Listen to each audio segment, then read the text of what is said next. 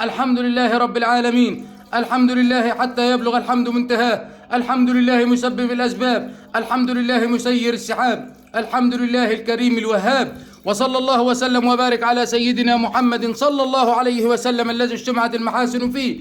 لما سئل عن أفضل الصدقات فقال سقي الماء، وهذه بفضل الله وصلة مياه صدقة جارية من أصدقاء هبة متطوعة الخير. اللهم اكتب لكل من تبرع فيها الخير، وبارك لهم في عملهم الطيب واجعله في ميزان حسناتهم يا رب العالمين. اللهم تقبل منهم هذه الصدقة الطيبة المباركة يا أكرم الأكرمين، واجعلها نورا لهم في الدنيا وفي الآخرة. اللهم علي مقامهم وأحسن سمعتهم. اللهم يسر أمرهم وفرج همهم واصبر خاطرهم يا أكرم الأكرمين، كما كانوا سببا في جبر خواطر المسلمين. اللهم تقبل منهم هذه الصدقة الطيبة المباركة يا رب العالمين. اللهم اجعلهم دائما مفتاحا للخير مغلاقا للشر. اللهم اجعلهم من المقبولين في شهر رمضان، واجعلهم من أهل ليلة القدر. اللهم اجعلهم من العتقاء من النار. اللهم تقبل هذه القطرات يا رب العالمين، واجعلها نورا لهم في الدنيا وفي الآخرة. اللهم اشفي لهم مرضاهم وارحم لهم موتاهم يا أكرم الأكرمين. اللهم يسر أمرهم وفرج همهم